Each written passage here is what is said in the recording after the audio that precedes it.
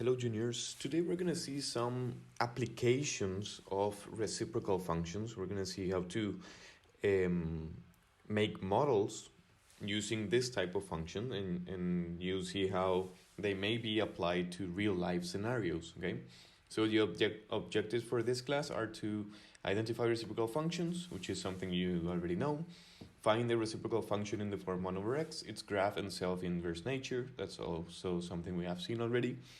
Determine vertical and horizontal asymptotes. We know that reciprocal functions have both vertical and horizontal asymptotes. And finally, identify a rational function and its graph. Okay, so let's see the first example. You may want to have your calculators with you for this class, as we're going to be using them to solve some problems or to visualize better what's happening in some problems. So the first example. Adam's mobile phone has a limited amount of free space which he can use to store photos. Adam's phone has 240 megabytes of storage space, so no more than that. The phone setting allows Adam to choose the default photo size in megabytes. The photo size is the amount of storage space that each photo occupies on the phone. So you might already think where this is going, right? The greater the resolution, let's say, of the photo, more space it will take. So I can have better photos, but less of them because I don't have too much storage. Or I can have lots of photos, but with low resolution. And yes, okay, so more photos, but less resolution. So there's we need to make a decision there, right? So for part A, it says copy and complete this table, which shows the default photo size and the number of photos that Adam can store in his phone. So if the photo size, for example, is 2 megabytes, then I can have 120 photos. But check what will happen as I go increasing in the photo size in megabytes. If the photo size is 3 megabytes, then if I only have 240 megabytes of storage, I can only have 240 divided by 3, that's 80 photos, right? So as I'm increasing the photo size, I can have less photos. If it's 4 megabytes, this would be 60 photos, right? 240 divided by 4. Then 240 divided by 5, that will give us 240 divided by 5, that's 48 photos. If it's 6 megabytes, it's 40 photos. 8 megabytes, that would give us 30 photos. 10 megabytes would give us 24. 12 megabytes would give us 20. And finally 240 divided by 30 is 8 photos. Okay, so you see what's happening here. We're having these two variables are, as we said, inversely proportional. Inversely proportional, which is a condition in order to get a reciprocal function, right? So that is for part A. Then part B says write down a function for y, the number of photos Adam can store in his phone, in terms of the individual photo size x. So in order to do that, we can say that y, which is the number of photos, is equal to some value k, which we don't know yet. Or actually, we know it's the total storage, which is 240. So it's 240 divided by x, where x is the photo size in megabytes, right? For example, if the photo size was 2, then we would replace this x with 2, and 240 divided by 2 is 120, which is the number of photos we could take if each photo occupied 2 megabytes of space. Right? So this would be the reciprocal function for this particular problem. And then C says, use your GDC to plot a graph of the function you found in part B. So let me show you here, using the calculator, what happens if we plot this rational function we have right here. So if you look at the calculator right now, we're going to go to menu graph. Let me erase these two functions, and we're going to write the function we just wrote. 240 divided by x. If we plot this, draw, you see that we're getting a reciprocal function. But we're only looking at this quadrant. We don't care about the third quadrant because we're talking about photo size and number of photos, right? And these two values cannot be negative. A photo cannot occupy negative 240 megabytes of space, right? So we're just centering on this quadrant for this particular exercise. And okay, so we have an idea of how the function looks like. So if we go back to the electronic assignment, let me do a quick sketch of this. So we're gonna have in the y-axis, we're talking about a number of photos. So number of photos. And in the x-axis, we're talking about photo size. Photo size, which is in megabytes. So we can plot this. We don't need to, as it's only a sketch, we don't need to mark any values. We just need to see the shape of this, and we will see that it is a rational function according to the graph we just did in the calculator. So the greater the amount of photos, it means that my photo size is a small value, right? But as I increase my photo size, when it is very big, then my number of photos is a very small value, right? That's an inversely proportional relationship between the variables. Okay, so we did part C. Then it says D. Use a graphical approach to find the maximum individual photo size. So the maximum individual photo size. Hint, plot an appropriate straight line on your GDC graph. Sorry, there's something here. Adam wants to have a space to store 50 photos on his phone. So if I want to store 50 photos on the phone, what will be the maximum individual photo size? So it says here, hint, plot an appropriate straight line on your GDC graph in part C to help you solve this problem graphically. Okay, so for part D,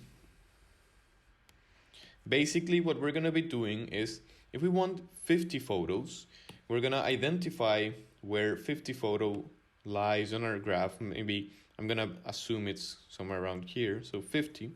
So what we want to do is find where this value intersects. Sorry, I'm talking about number of photos. So we should actually be here. So let me write 50 somewhere around here. So if I want 50 photos, I will trace a horizontal line in order to see where this line intersects the rational function, right? So let me go back to the calculator. If we go back to the calculator right now, we're going to go back and we're going to trace that line, which would be directly y equals 50, right? That's a horizontal line. So we draw this F6 and you see that we're having the horizontal line right there. And if we want to know to what value of x it corresponds, we just need to find the intersection. So shift G solve intersect F5. And there we have, well, we cannot see that because of the, let me do this again. There maybe, so shift G solve intersect, and here you have the value. When we have 50 photos, the size should be 4.8 megabytes, okay?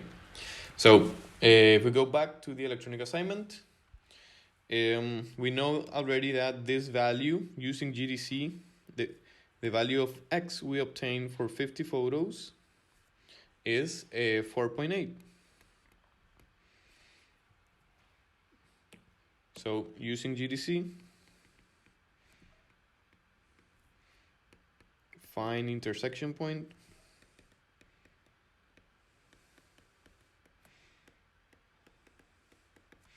And we get that for 50 photos. 50 photos. Each occupy a maximum space.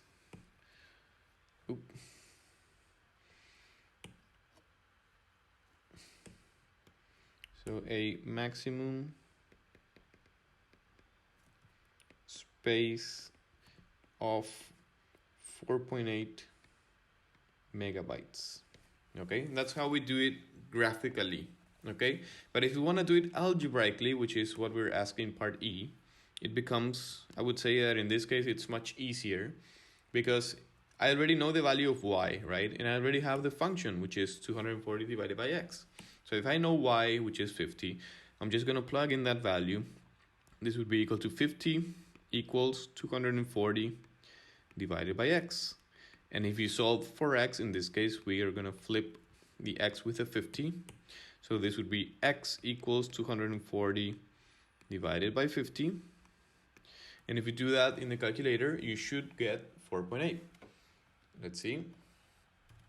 240 divided by 50, and that is 4.8. Yes, so x equals 4.8 megabytes. I would say that in this particular case, it's easier if you go for the algebraic method rather than the graphical method. But either way, we get the same result. Okay, so that's it for this exercise. Then we have this second example. It says, Ben is a dentist. He believes there is a relationship between the average number of cavities developed in each of his patients' mouth per year and the number of minutes they brush their teeth each morning. That means that if I brush my teeth frequently, I will have less cavities, right? That is the relationship we're assuming for this particular exercise. So Ben believes the function is y equals 2 over x. And this function represents the relationship he just described. So it says, Alita and Chamsi are Ben's patients. Determine how many cavities Alita is likely to develop in 1 year if she brushes her teeth for 2 minutes each morning and evening. Okay. Each morning and evening. Okay, so the relationship that Ben found is y, which is, y is, in this case, is number of cavities per year, right? And x would be number of minutes they brush their teeth each morning and evening. So x is the number of minutes, y is the number of cavities. So for part A, I'm going to do this here. If we already know the function, which is y equals 2 over x, and it says that Alita brushes her teeth for 2 minutes, that means that the value of x is 2. So basically, the number of cavities that she's expected to have at the end of the year or during the year is equal to 1. So y equals 1 cavity. So if she brushes her teeth for 2 minutes each morning and evening, she's going to have 1 cavity developed throughout the year, in 1 year, okay? So this would be the answer for part A. Pretty easy.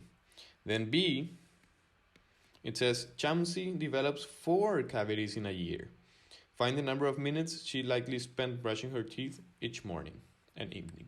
So now we're given the value of y, right? 4 cavities. So we're going to use the same function, y equals 2 over x. But now the value of y is the data, which is 4. So this is 2 divided by x. So if we solve for x, we're going to flip once again 4 and x. We're going to get x equals 2 divided by 4. And this is equal to 1/2, which is 0.5. 0.5 minutes. That means that Chamsi, when brushing her teeth, she only spends half a minute doing so, right?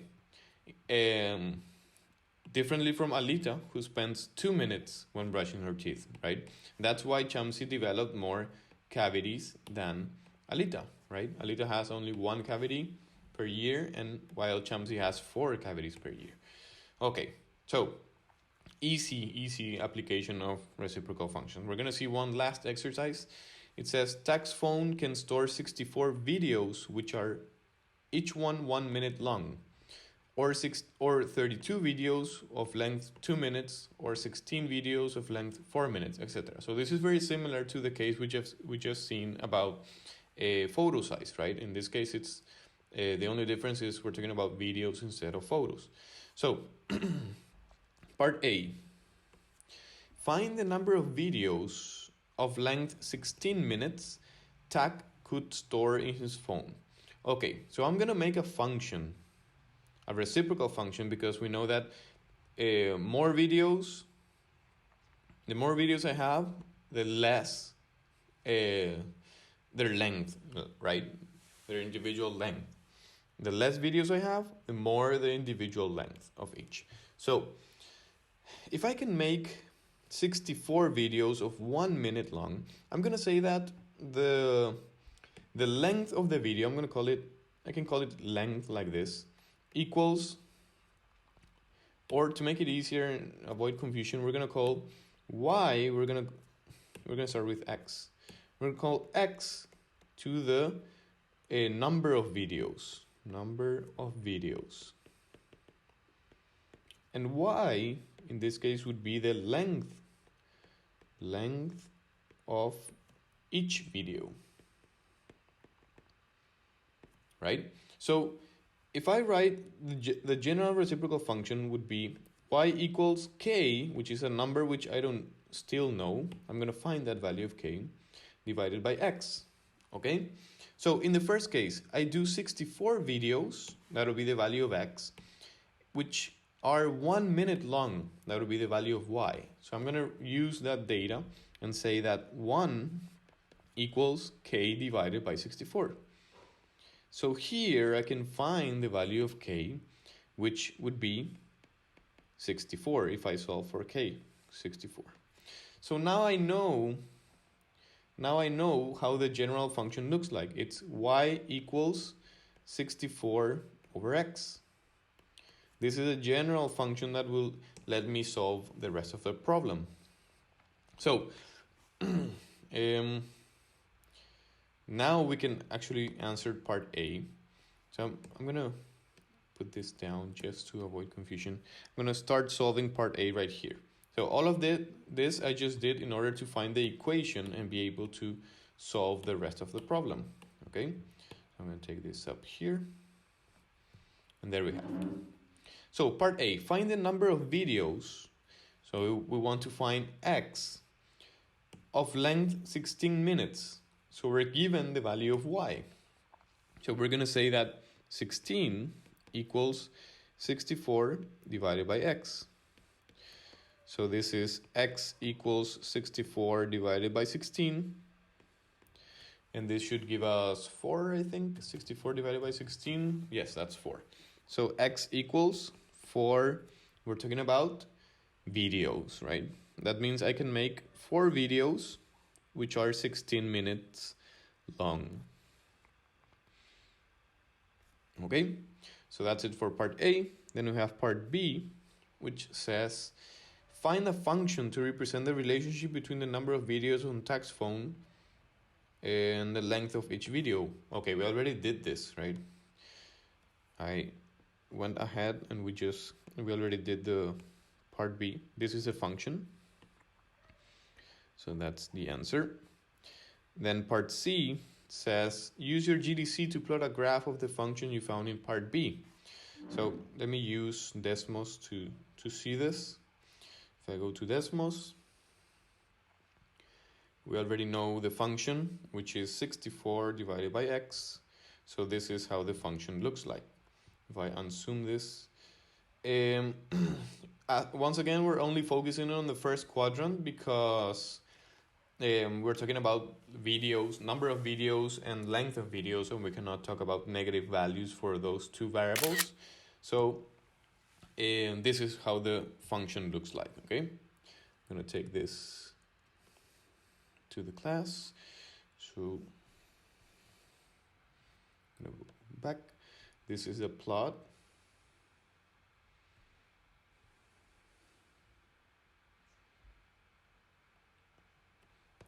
This is a plot of this graph. So we're talking about, remember the variables, Don't forget to plot in variables. Our x variable is number of videos. So here, number of videos. And in the y-axis, we're talking about length of each video, okay? So in the y-axis, length, wait, that's not right. Length of each video in minutes, right? Minutes. Okay. So once we've done this, we already did part C. Finally, we're gonna do part D. I'm gonna do it here. It says, Tag wants to store 48 videos on his phone. Plot an appropriate straight line on the same axis to help you find the maximum length of each video. So if I want 48 videos, now we're given the value of x, right? So 48 would be 2, 4, 6, 8, right here, right? 48. So if we intersect this line, we're gonna get this point, and we're gonna find the maximum length of this particular value, which would be, let's see, we actually need to solve for this. If we solve this algebraically, we can say that y equals 64, which is a value of k, divided by 48. And if we do this division, this would give us 64 divided by 48. That is 1, if we write this as a fraction, let's see, 4/3. So I can make 4/3, videos of 4/3 minutes long, right? Minutes long, which is completely valid, right? Because we can have a decimal number of minutes, right? There's no problem with that. This is the same as saying 1.3333, 1.333, and so on minutes. So this is completely valid in this case. Okay, so that will be it for this class, juniors. I hope this was clear enough for you. If not, please let me know. We can clear these doubts in future live sessions.